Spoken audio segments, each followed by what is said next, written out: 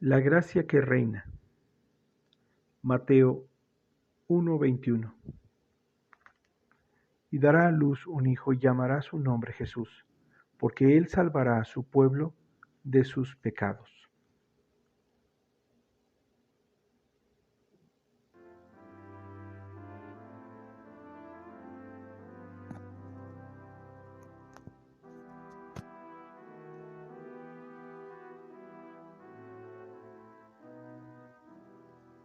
Muy buenos días, amados hermanos y amigos. Hoy es domingo 23 de mayo del 2021. Les invito a orar juntos para la meditación de su palabra. Nuestro buen Dios, te damos gracias, Señor, por permitirnos meditar tu palabra y encomendarnos a ella desde este momento y en este día, Señor, donde nos consagramos a ti, Señor. Bendice tu palabra a nuestros corazones, te lo suplicamos en el nombre de Cristo Jesús. Amén. Pues bien, nuestro tema, la gracia que reina, es un tema que es expresado perfectamente en este pasaje de Mateo 1:21. Mateo 1:21. Y dará a luz un hijo y llamarás su nombre Jesús, porque él salvará a su pueblo de sus pecados. El tema de la salvación en toda la Biblia tiene en la teología un nombre y es soteriología. Del griego steria, así es, S-T-R-I-A, y significa liberación, restauración, salud o salvación. Esa doctrina bíblica no solo es la de una liberación o simplemente una salvación, sino también de una restauración a la salud espiritual. Eso significa una condición espiritual que esté de acuerdo con la enseñanza bíblica sobre la salvación. Tradicionalmente y de forma también histórica y cultural, el término cristiano se utiliza o ha sido utilizado de forma general o genérico. Incluso podríamos decir que en algunos sentidos de forma muy diluida. Ser cristiano no significa gran cosa, pero conforme a la palabra de Dios, un cristiano verdadero es uno que es tanto el objeto del amor divino en el propósito redentor eterno, como uno que es en su experiencia, que está confiado en Cristo por la fe para la salvación. Lo vuelvo a repetir, es uno que en su experiencia está confiando en Cristo por la fe para la salvación. La palabra de Dios habla del creyente, del cristiano, desde dos puntos de vista. El primero es desde el aspecto objetivo y eterno, esto es, desde lo que Dios ha establecido y ha dicho. Esto con respecto a la salvación, esto con respecto a la vida cristiana. Y este es el fundamento para que el cristiano verdadero en la vida práctica, en el aspecto subjetivo y temporal, sea identificado como lo que debe ser un creyente. Estos dos aspectos de la palabra de Dios respecto al cristiano le definen. No solamente le establecen, sino que también en la vida práctica le definen. Hablando bíblicamente, las palabras cristiano o lo que dice la palabra de Dios con respecto a la palabra cristiano significa uno que se identifica con Cristo, uno que imita a Cristo, uno que refleja a Cristo, uno que es como Cristo. El cristiano, como la palabra de Dios va a relatar, es un creyente, es decir, uno que ha entrado en una vida de creencia o de fe en Cristo. El objeto de esa fe es Cristo. Un cristiano es un discípulo, una persona que es un aprendiz, un seguidor. También es descrito el creyente como el cristiano, pues, como uno que profesa al mundo que es salvo.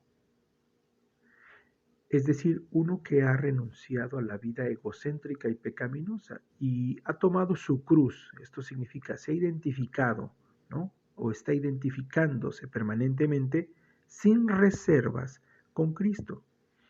Y en su vida cotidiana es un seguidor de nuestro Señor Jesucristo sin reservas, volvemos a insistir. Eso es lo que dice Lucas 9:23. Lucas 9:23. La cruz del creyente en este pasaje no solamente que indica negarnos a nosotros mismos, es decir, como habíamos comentado, ¿no? Dejar, renunciar por completo o renunciar de todo corazón a una vida egocéntrica y pecaminosa. Eso es negándose a uno mismo. Debe implícitamente también tomar su cruz. ¿Qué significa este aspecto de tomar su cruz? En la vida del creyente, en el cristiano o para el cristiano, la cruz significa lo que le cuesta identificarse completa y totalmente con Cristo. Renunciar al pecado, renunciar a uno mismo, morir a uno por causa de Cristo, por la persona de Jesucristo y para vivir en Cristo.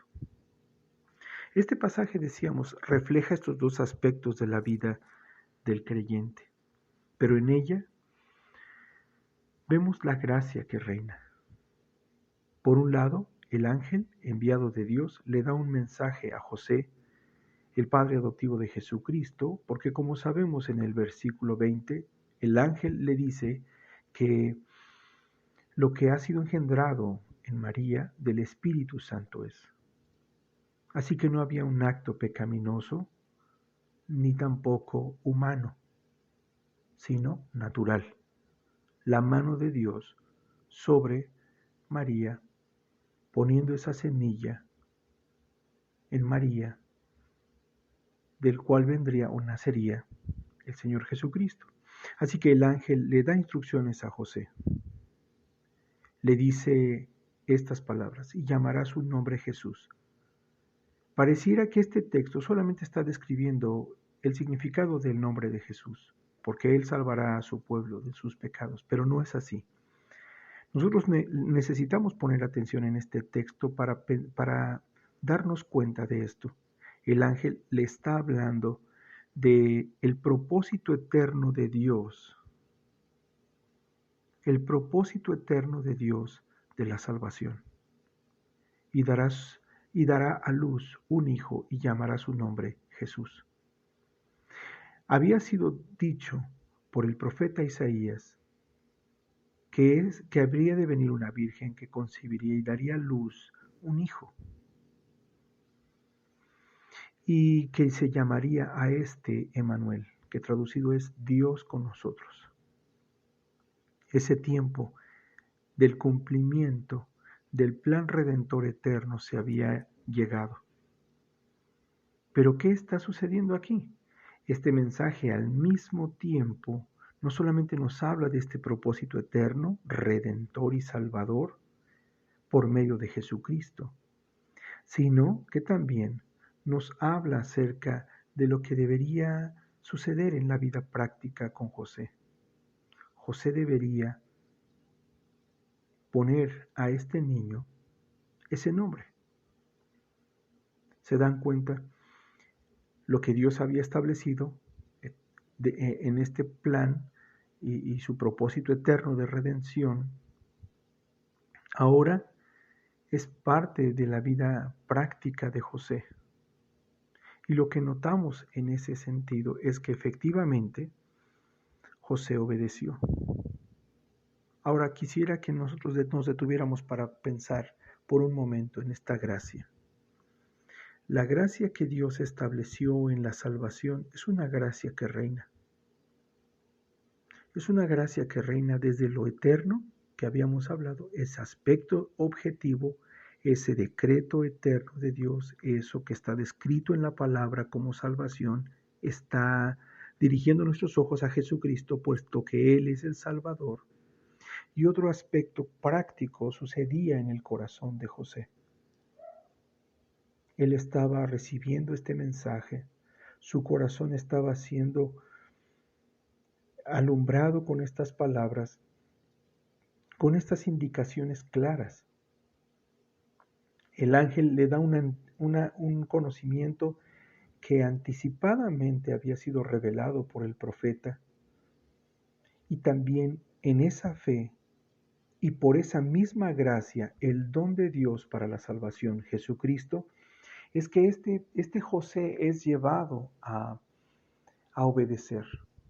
Efectivamente, como sabemos, este niño recibió el nombre de Jesús. No solamente efectivamente, como podemos cotejar en la historia y en el pasaje principalmente, Jesucristo nació de esta mujer María, era un niño, no era una niña, era un niño, ¿verdad? No había ultrasonidos, pero el ángel le había dicho que era un niño que habría de nacer de María, esta mujer que concibió del Espíritu Santo siendo virgen, esta mujer siendo virgen, y que daría este niño a luz, daría a este niño, daría a luz, y él sería el Salvador. Miren esta gracia, llevando a este hombre, llevándole de la incredulidad y de lo normal en su mente a lo espiritual, lo extraordinario que requería fe. Eso es la gracia. Eso sucede en usted y en mí cuando Dios nos da de su gracia. Su gracia viene a reinar no solamente en el propósito eterno de Dios, sino en toda nuestra vida, transformando nuestra mente, nuestro corazón, conduciéndonos a vivir en obediencia a Él. Como dice el apóstol Pablo en el capítulo 2 de Efesios, en el versículo 10, andar en las obras que de antemano Él estableció para que nosotros anduviésemos en ellas. Pero todo esto es pura gracia, todo esto es porque la gracia viene a reinar a nuestros corazones por medio de Jesucristo. Alabemos y glorifiquemos el nombre de nuestro Dios por tan grande gracia, por tan grande don. Así es desde el principio en el propósito eterno redentor. Así es en el cumplimiento de su palabra a nuestros corazones. Acompaña toda nuestra vida, todo nuestro peregrinar hasta que su palabra se cumple por amor de su nombre. Y cada persona que es redimida, que es tomada verdaderamente por Dios y transformada, por medio de Jesucristo recibimos todas las cosas en esa gracia que reina en la vida del creyente. Ese regalo de Dios no solamente es Cristo, ese regalo de Dios no solamente es una experiencia de salvación, como decíamos, no solamente es una liberación o restauración o salud o salvación, es una restauración a la salud espiritual de forma cotidiana. Es una condición espiritual en la que, de acuerdo con la enseñanza bíblica, un creyente se despoja de sí mismo. No solamente es la gracia que está dominando sobre el pecado y no solamente le libra del poder dominante del pecado, sino también de las últimas consecuencias del pecado. Como dice este pasaje, y dará a luz un hijo y llamará su nombre Jesús, porque él salvará a su pueblo de sus pecados. No solamente entonces, ¿verdad? Vemos ahí cómo esa gracia opera, librándonos del poder del pecado y también librándonos de las últimas consecuencias del pecado. Que Dios nos dé gracia este día para meditar en esa gracia que está reinando, en esa gracia salvadora que reina sobre nosotros, que renueve nuestro corazón en poner nuestra fe en Cristo, y que renueve nuestros votos hacia nuestro Señor y Salvador. Oremos. Dios, bendice tu palabra, bendice este día, bendice el meditar en la iglesia, en el templo, en la reunión con los hermanos y en el templo. Bendice este día para que consagremos. Bendícenos en este día para que nos consagremos a ti, Señor, te lo rogamos. Gracias, bendito Dios, porque tu gracia acompaña nuestras vidas y reina sobre nosotros en Cristo. En su nombre, amén.